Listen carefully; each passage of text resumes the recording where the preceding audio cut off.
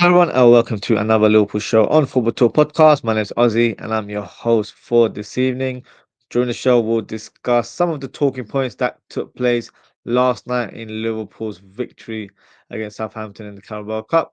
Plus, we'll speak about potential transfers, due to an unfortunate injury for Giovanni Leoni, and plus, we'll speak about speculation surrounding a new contract for Gravenberch and a surprise link to Julian Álvarez, which we'll discuss later in the show. So let's talk about some of the talking points from last night's game.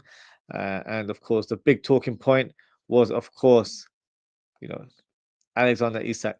The gunman has finally arrived as he opened his Liverpool account with a nice close range finish against Southampton. So great to see him start the game. And I thought it was a much improved performance in comparison to the one against Atletico. He's still lacking a bit of match fitness, but that will come in due time. And they even made him do drills during the halftime break. So there's clearly a plan to try and get him up to speed sooner rather than later.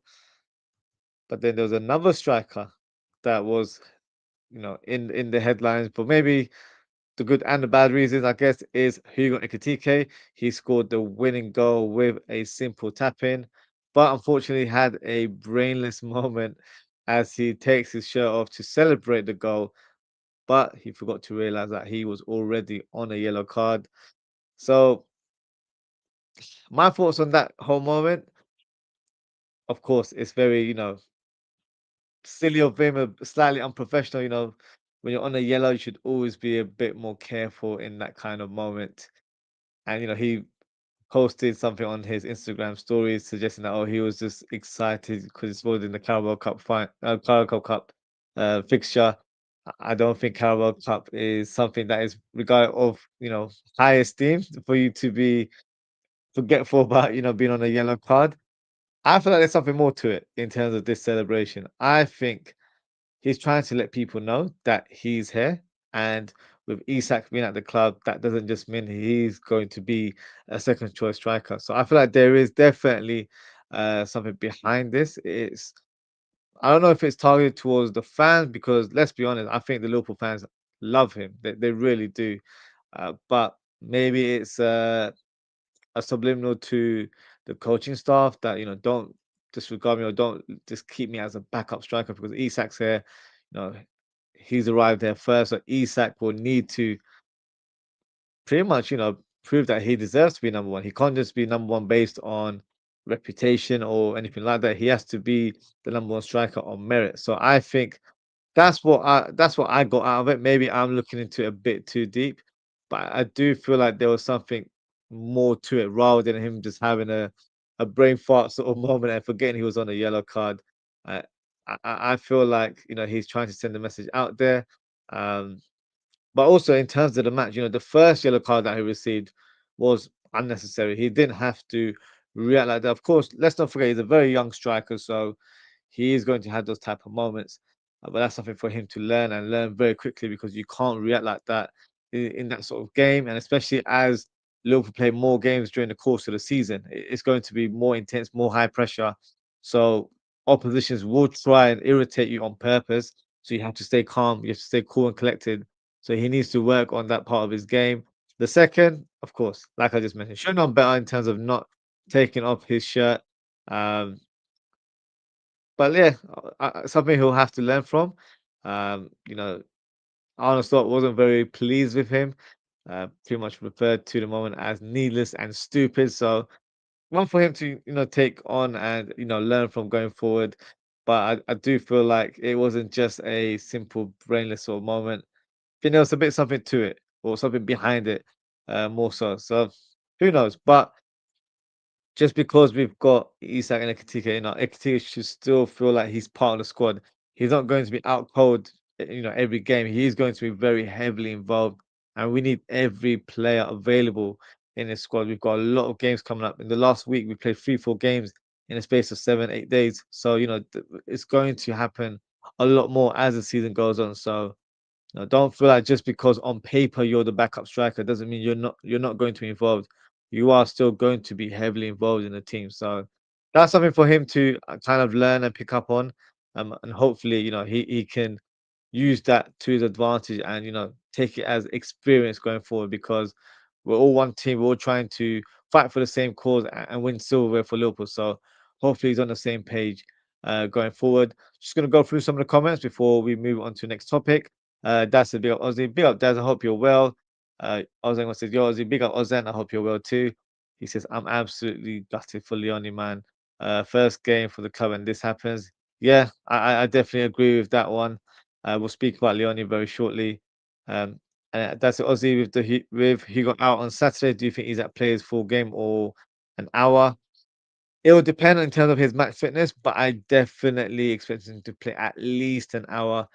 And depends, who's available or who should I say who's being selected on the bench because I have a different of opinion in terms of who should be starting uh, in this team.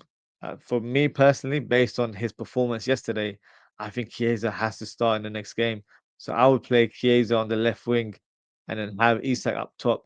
And then Gakpo will have to drop to the bench. And because of that, he becomes that attacking option. So for me, it's a good situation to have where you've got a player that can come on and play on the left wing or can play up top if needed. So that would be my thinking going into the next game. But of course, we'll speak about that in more detail tomorrow when I do the match preview for the Crystal Palace versus Liverpool game. Ozan says a centre back in January is a must now more than ever. 100%. I'll speak about that very shortly. But yes, I completely agree with you. Ozan says at least Kayla gets to take part in the UCL action. Yes, he does. He should be selected for the squad going forward. So for me, it's a very, very positive that he's showcased his talent. He's been given an opportunity, and he's able to stake a claim. Whether it's in the Champions League or not, I think that's irrelevant.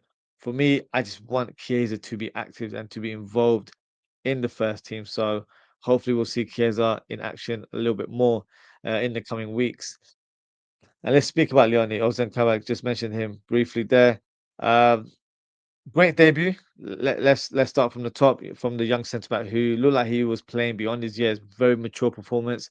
Looked very impressive, and unfortunately, just picked up an injury from an awkward landing. At the time, I'll be honest, when I saw it, I thought it was an ACL injury just because of the way his sort of studs were stuck to the ground and the way he landed. So, he landed over his knee. Um, so those are always, unfortunately, tough injuries that occur, and sometimes it's not even collisions on the pitch; it's the way you've landed or the way you fell to ground. Unfortunately, that's had an impact on his injury, and it looks like he will be out for 9 months, which pretty much rules him out for the whole season. That's a huge blow for the player. He, of course, just made his debut and had a very positive start. And unfortunately, he's picked up an injury. And it's a huge blow for the team going forward because we've lost out on a young prospect who, for me, looked like could have challenged for a starting spot or could have been played in rotation in the upcoming games. So our thoughts are with him. Hopefully, he shows his warrior spirit by working hard off the pitch in terms of rehabilitation, and hopefully he can focus on returning stronger because these sort of injuries, he's only 18 years old. It's probably his first big injury that he's had in his career so far. So this is what you see what someone's made of in terms of their mentality, their desire to return, and it doesn't affect them mentally because it can have a mental impact on someone's stability in terms of their thoughts and the drive to return to action. Some people do get depressed in those kind of moments. So hopefully, he's got a good circle of people around him that are positive, that will push him on. And I'm sure the coaching staff and the players will do that in order for him to be in good spirits and hopefully he'll return to the squad stronger and better. And I hope to see him before the season concludes. It's 9 months, so roughly that would be around May, June. No, it'll be difficult unless he somehow miraculously speeds up the process of his rehabilitation. Then we might be able to see him sooner. But it's probably safe to say that he will probably be ruled out for the rest of the season. But let's address the elephant in the room. What happens now with the Liverpool squad? We only have three recognized centre backs now. Does that mean we must sign a centre back in January? For me, it was always a must, and not even just now. It was a must in the summer to sign a new centre back. And look, according to reports, uh, it felt like a deal for Mark Gay was pretty much, shelved in terms of us not pursuing him for January, and maybe we thought, let's wait until next summer to get him on a free. Um, but with this unfortunate incident here, would this fast track that move sooner rather than later? I really hope so. He's clearly highly regarded at the club and was minutes away from becoming a Liverpool player in the summer. But things, have changed unfortunately for from a Liverpool point of view in the last few weeks because there's been more rumors circulating regarding Mark Gay that there's a line of clubs that are after his signature now. Maybe his head is swayed to possibly join a club away from England, move abroad. Real Madrid have shown a strong interest in signing the English centre back, so it'd be interesting to see, what happens now. For me, the verdict is that Liverpool must do everything they can to sign Mark Gahey in the January window. They need to put pride to one side because I know they're pissed off with Steve Parish for choosing to do Pilates instead of business on the transfer deadline day. But this still has to be done now. Uh, and look, if they want to think from a more business point of view, of course, there's a gap in our squad now, so we need a centre back. So that's a must. I don't think there's too much debate about that. But in terms of finding an adequate replacement for Leone or someone to come in, in such a sort of short term fix, because the strategy would have been to sign a centre back, unless Mark Gay was always in the forefront. But if it wasn't, you're not going to sign a player of Mark Gay's quality at a top price. And I think Liverpool will be trying to sign him for between 10 to 20 million. Anything more shouldn't be done, in my opinion. So hopefully, Liverpool can get the deal done. I'm predicting that, we get the deal done and he's announced long before the window even opens, and then he's officially presented as a Liverpool player on the 1st of Jan. So that's my prediction. That's me trying to play Mystic Oz right now. So hopefully, that happens. And it has to happen. We need to sign a centre back. If we were to try and target an alternative person, maybe, Mark Gay has changed his stance and say, look, he's going to confirm his future in the summer, and we have to kind of look elsewhere. There aren't many options out there, and if there are any options there, they won't cost 20 million. They're going to cost a lot more. So hopefully Liverpool do the right thing and try and get Mark Gahey through the door in January. And ironically, we actually face Crystal Palace this weekend, so we'll see him in action very, very soon. Just going to go through some of the comments before we move on to the next topic. Because Ozan saying 9 to 10 months time scale Oz. Hope he at least gets to lift the Premier League trophy in May. Yeah, I think he'll be sort of fit enough to be around the squad. Unfortunately, he won't be taking part um, as much, but yeah, he'll definitely be fit enough, hopefully, to stand on the podium and lift up the Premier League trophy, which I'm hoping we're all envisioning right now. Some fans are even going as far as to say that the title race is over after 5 games, which for me, I'm not buying it. I know we've got an advantage as a 5 point lead, but yeah, the title race does not get concluded in September, and it never has. So yeah, I'm not buying into any of that sort of pressure or that kind of noise coming from the outside. Ozan says Endo will go into centre back rotation a lot. Ozzy, he will, but the goal that we conceded yesterday was down to an Endo error. So it doesn't bode me with a lot of confidence. Of course, here and there is fine, but I do feel like we need to sign a centre back this January. If it wasn't in the works or if it wasn't in the plans, it needs to be now, 100%. So hopefully that can happen. Dara says, do you ever have anyone on your show? Yes, I do have people on my show. Today I wasn't planning on doing any content. It was a bit more impromptu, as you can probably tell. If you follow, if you're subscribed to the channel, you've hit the notification bell, you probably would have realized that I uploaded a stream half an hour ago. So there will be times where I do spontaneous shows like today. Uh, but going forward, I will be trying to do more collaborations, especially with Liverpool content creators going forward. Um, Others come out saying Osmande on Monday, he could be an option. I don't think he'd cost around 20 million. He would probably be available for around 30, 35. So yeah, that is a viable option. He's a player that can come in and definitely strengthen and bolster the squad. But I feel like with Mark Gay, it's pretty much certified that he'll come in and hit the ground running straight away. Monday will need to take a bit of time to get accustomed to the league and the way we play. Whereas Mark Gay, I think he will adapt very much instantly. Obviously, English centre back, Premier League proven. For me, has the capabilities of just slotting in straight away. So I'm hoping it is Mark Gay. If there is an alternative target, Monday, I would say is definitely one of the names that is on the short list. Dara saying Bajtic, not for me. Um, I don't. I know he's playing at centre back, and I know that's a position that he started um, in his sort of younger days. But I don't know if he's equipped to play centre back in the Premier League or in English football. I think it's a completely different prospect altogether.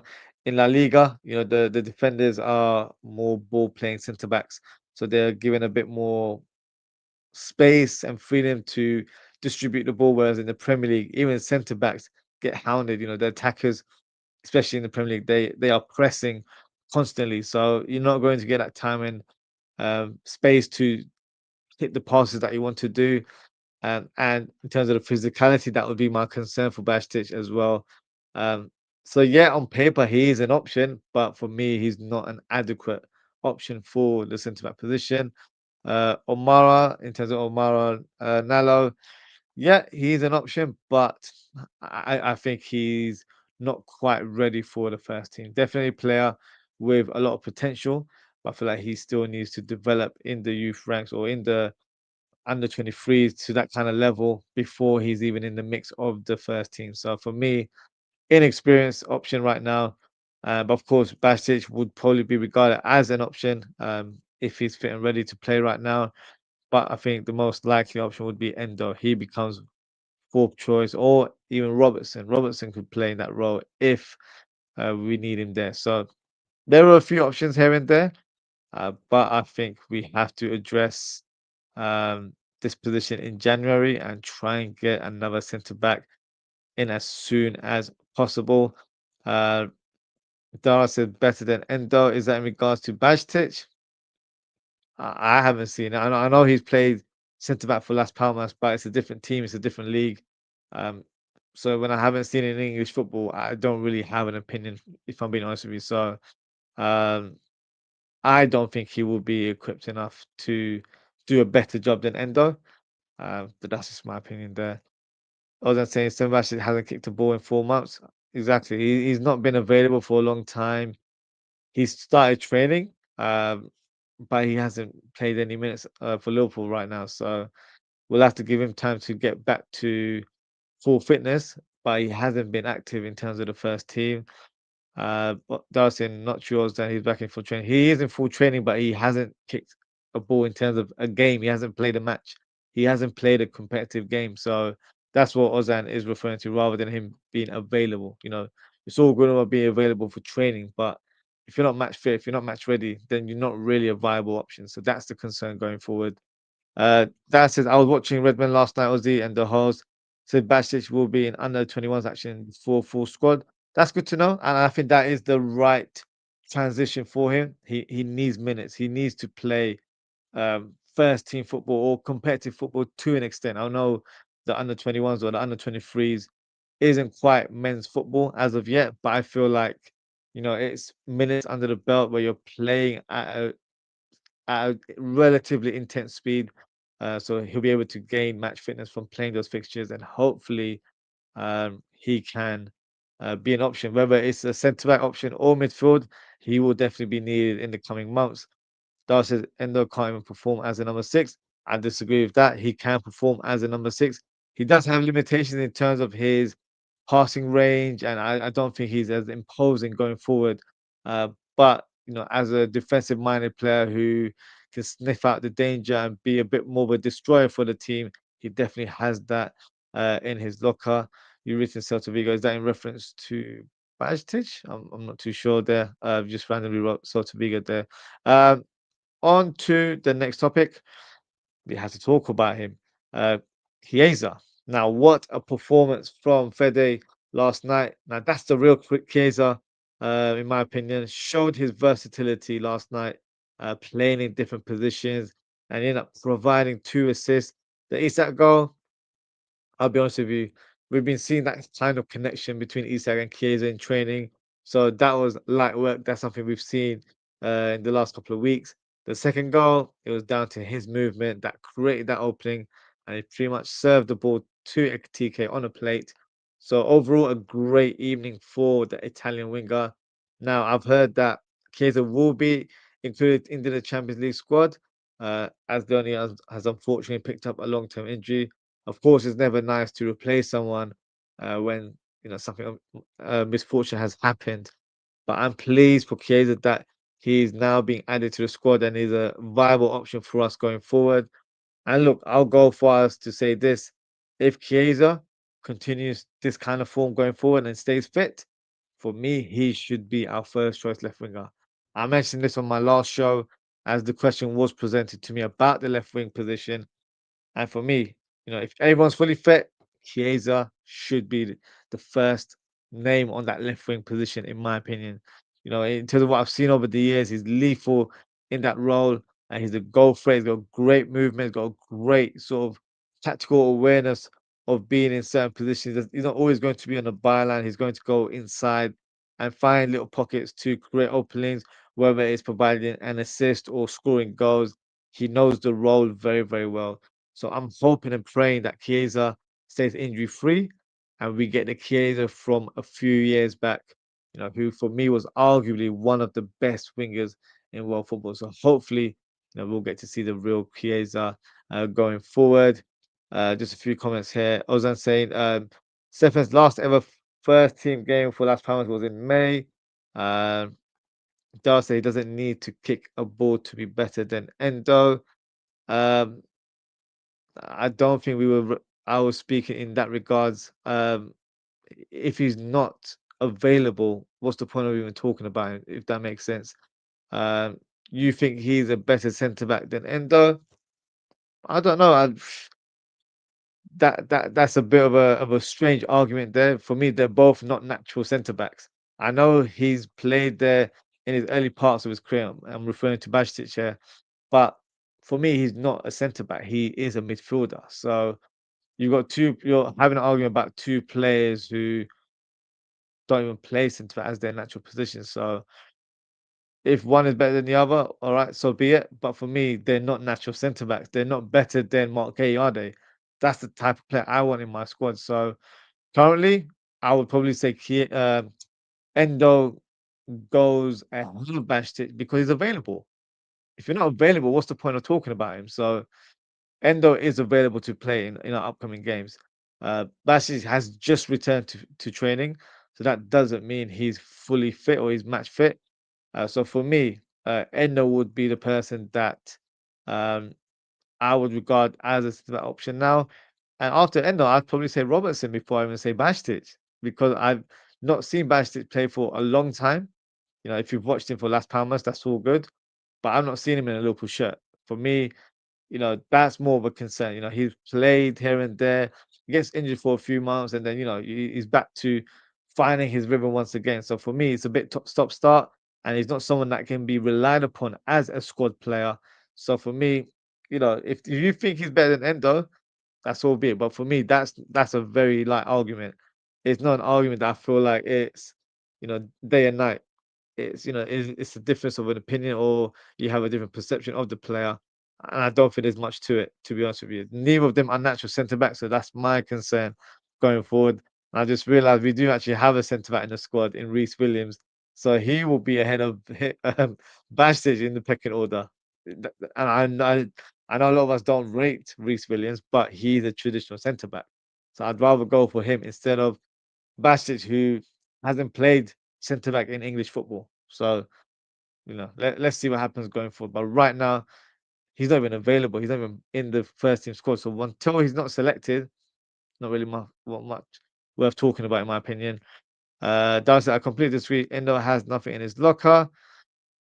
That's funny you say that. A lot of praise was given to Endo last year for helping us win the title. Coming on, providing experience and stability, and closing up shop in the last 15, 20 minutes of a lot of games in the second half of last season. So if you think he doesn't offer anything, to the team, that's your opinion. But for me, I disagree. I still feel like he's a player you need in a squad. He's someone that will give his all. And there's certain games where you do need that type of player to be a destroyer, to close up shop, and not to come in and be a ball player. Sometimes you got to go up with a different tactic altogether. So disagree with your opinion there. That's the rookie the player on the right when Mo goes to AFCON. He's definitely an option. I think we'll probably see Frimpong play there, depending on the oppositions. So I think with Frimpong and Chiesa, I think those two will be the viable options for that role. Um, but yeah, I think Chiesa better, is more than enough to play on that right wing. So yeah, I definitely think he will be an option for that role. Um, does accept giving away cheap fouls in dangerous positions. Okay, that's your opinion. Ozan questions. I forgot Reece Williams was at the club until I saw the bench last night. Yeah, he's still there. So if he's still there, he has to be regarded as a centre option now. He's replaced Leone in the pecking order. So I wouldn't put Endo and Basic ahead of him. He's a centre back. So we've got to let him, do his trade and hopefully, he doesn't need to be used. Hopefully Gomez, Kanate, Virgil are fit and ready for the next few months. Um, but yeah, let's see. Let's see what happens. We'll have to pray on that one. That's you're talking about Gay and he's not available. What's the point talking about him? Well, Gay was almost a Liverpool player. If you haven't realized, he was very close to signing for us on the transfer deadline day. So I'm speaking about Gay because my stance is that I think we need to sign a new player in January. We've got a player who's just been injured and will be out for the next 9 to 10 months. So therefore, I think it is a priority for signing a new centre back in January. So because of that, that's why I mentioned Mark Gay because he was very close to signing for us, but the move failed to materialize. So I'm hoping that there is something in the works that he will join the club in the coming months. We're almost in October, so that'll be about 2 months' time. Hopefully, he'll join Liverpool. So that's my point of view. That's what I think should be the solution. But in terms of internally, you know, Bacic is not even an option. So it's, me to Mark Gay and Bacic is two different arguments there. The Mark Gay whole situation is that's what I want going forward. I think we need to sign a quality centre back in the coming months. With Bastic, you've got a player there who, let's be honest, has been injured for the last few months. We tried to sell him, but we couldn't because if the guy's not fit, you can't sell him. No one's going to buy a player that's injured, are they? So because of that, we've had to keep him in the club. So he's not highly regarded, in my opinion. But look, if he's available, he will get my support. But he's not available, so I can't really say that, oh yeah, he's going to be a centre back option for us because I've not seen him play at centre back for Liverpool. He's never played centre back for us. Maybe for the youth team he has, but he hasn't for the first team. So I would rather go with Endo, who has played there. I'd rather go with Robertson, who's played a few appearances there. You know, I'm gonna say I'd rather put Reece Williams there because he has played centre back for us in the past. So whether he's good or not, that's another debate. But those three go ahead of Bastic in that order, in my opinion. So I honestly, there's a lot of fans that really rate Bastic. I'm not one of them. So for me, I don't see him being someone that is going to be the answer to our problems right now. But only time will tell. If he's even available going forward. Bottom line is that we don't have a replacement. We don't, but I've just mentioned options that could be the short-term solutions until January, where we address the position where we can dip into the market and sign a new centre back. Uh, Grav wasn't a number six, but look at him now. He was a number six. If you had watched him for Ajax, he played in a double pivot. So he was a number six. He didn't play in a single pivot. So he wasn't a lone number six, but he was a number six for Ajax. And if you go and look at his history for the Netherlands, he plays under 26. For the Netherlands under 21s, he used to play as a single number six there as well. So Gravenberch is a player I've followed for a number of years, not just because he's a Liverpool player. I followed him before that. He has played that role before. But what I will say is the way Arsenal has transformed him in this position, whether he's in a double pivot or in a single pivot, uh, for me, he's definitely hit new levels that, for me, he's probably regarded as one of the best number sixes right now in world football. So no, your comment isn't quite accurate there. He has played number six in the past.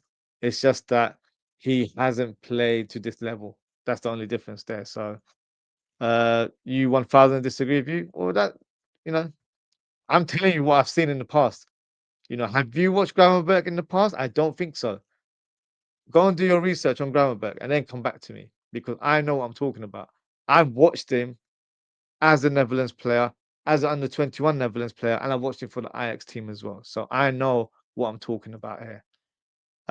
Darcy Don was not a right back. Look at what he's done.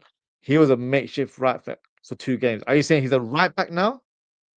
If that's the case, then that's your opinion there. You are going on labels. No, I'm not. I'm going based on what the players bring to the table. Um, he's more of an option than Gay because he's a Liverpool player. He's a Liverpool player, but if he's on crutches and he's not playing, then he's not a Liverpool player. He's not available, is he? So I'm more of a Liverpool player than Bashir because he hasn't played this season. So that's how I'm looking at it. Now, on to the next topic, and let's speak about Gravenberch. So there are current reports that he's set to sign a new long-term contract with Liverpool. He has been generating a lot of interest from the likes of Real Madrid. So my thoughts on that, very, very pleased for Gravenberch. Um, as I've just alluded to, based on the comments I've just come through the chat. Um, he's always a player that I've really rated over the years. He's a player that has played in that double pivot role for Ajax. If you don't know, then go and do your research because he has. Um, and I feel like having a coach like Arne Slot has been a blessing in disguise for Gravenberch because in previous clubs he's played as a number 8, and I do feel like he possesses, you know, great attacking credentials where he's a box to box player, carries the ball, but I do feel like he's more of an all rounder. So this kind of role suits him a little bit more because he's just not a number six altogether. Despite what people are labeling, he's not just a bona fide number six. Playing a double pivot, it's kind of like the old school 4-4-2, where you got one midfielder box to box, one dropping deep, and vice versa. And in our current double pivot, that is what's happening, and that's what he's mentioned recently as well, where he's given a bit more license to roam around a little bit more. That's why he was such influential in his performance against Everton over the weekend, providing an assist and scoring an unbelievable volley as well. So for me, he's hitting a new level right now where he's becoming more integral into how we play. He's becoming more of a box to box player, but still being the sort of the defensive general in our midfield. So for me, it's very important we tie him down to a new long term contract. And I feel like, he's definitely going to stay at the club for a long time. He's very happy we've given him the opportunity to play at this level. When he was at Bayern, a lot of people wrote him off because he was very um, limited in terms of his game time. Jurgen Klopp brought him on and said that, look, you're a player of huge quality. We're going to give you the platform to showcase your talent. But on the honest side, he's just hit a new level, and for me, it's probably one of the best sort of number sixes or best defensive midfielders in world football right now. So for me, he's making that position into his own. He's not playing the traditional number six role. He's not playing like a Makalele or an N'Golo Kante. He's playing like his own. Like he's making it his role. It's going to be called the Gravenberch role at some point in the future if he continues to play in this manner. So for me, he's had a great start to the season. Great season last year as well. I know last few months of last season, he kind of, looked a bit jaded and, his impact fizzled out a little bit. But for me, he is an important member of our team. So I feel like, this has to be done. as soon as possible and try and fend off any interest from any club. And surprise, surprise, Real Madrid trying to nick all of our players here, but hopefully it's not going to be Gravenberch going forward. Ozan says just stick Ozzy in rotation at centre back. At this stage, anyone can play centre back, right? So yeah, we'll see what happens with that, because I feel like we do have short-term fixes. Of course, they're not ideal right now, and that's probably hindsight, probably a bit of a mistake that Liverpool didn't get that Mark Gay deal done sooner in the window. Um, But those things happen. Hopefully, we can add him to the squad in the next few months. Uh, on to the final topic of today, and that is regarding Julian Álvarez. Now, there's been some surprise links in the last few days with regards to the player and Liverpool, as it is believed that he wants to move away from Atletico Madrid, and apparently Liverpool are the front runners to secure his signature. But the big question is, do we even need Julian Alvarez in the squad now? We've got two strikers, or two quality strikers, I should add, in Alexander Isak and Hugo Ekitike. Or could he be regarded as a left wing option? We did try to sign him as part of a swap deal involving Luis Diaz a couple of years ago with Man City. So maybe he's regarded as a left wing option instead of an out and out strike option. Uh, Initially, my thoughts to Ruma, I think it's just paper talk. I don't think Liverpool are in the market to sign Julian Alvarez. Of course, he would be a great addition to our squad. He'll be a great addition to any squad, right? But I don't think he is needed now. We've got Hugo Ekitike and we've got Alexander Isak as our main strikers. The thing with Alvarez, he is versatile. He can play on the wings, but I feel like naturally his position is as a number 9 or as a number 10 even. I think the wing roles, he does a great job, but you know, when it's not your favorite position, if it's not your natural position, it can get frustrating. Look at Rodrigo at Real Madrid. He doesn't like to play right wing, and his role is left wing in his mind. But that's why he's having not the best of times right now, because not being selected for the team. So I think it's a no goer in terms of this move happening. I expect Alvarez to stay at Atletico Madrid. The other team that's been linked to him is Barcelona, which could be a team of his interest, but whether they have the funds or not remains to be seen. So I'm not too sure on this one. Of course, I would love to see Julian Alvarez in a local team. Uh, the only kind of little glimmer of hope would be that he's being viewed as a player to add to our ranks as a left winger. And of course, if he was to join, he would definitely be ahead of Gakpo on that left wing, in my opinion. So I don't know. Let me know what you think in the chat, because for me, he's a striker. That's how I look at Julian Alvarez. I don't see him as a predominant left winger. Um, but yeah, feel free and let me know what you think. But I think this rumor is just paper talk. I don't see there being any truth to it whatsoever. Just got a comment here before we close the show. That says, when's our next? What's our next 6 games after Palace? So uh, after Palace, we have Galatasaray on the 30th in the Champions League. That should be a fiery encounter against the Turkish side. Then we've got Chelsea away. Then we've got Manchester United at home. And then we've got Frankfurt, so return for Ekitike at his former club. Then we have Brentford away. And then we have Aston Villa at home. So lots of games that will literally cover the whole month of October. Um, so yeah, looking at a lot of games coming up in just 1 month there.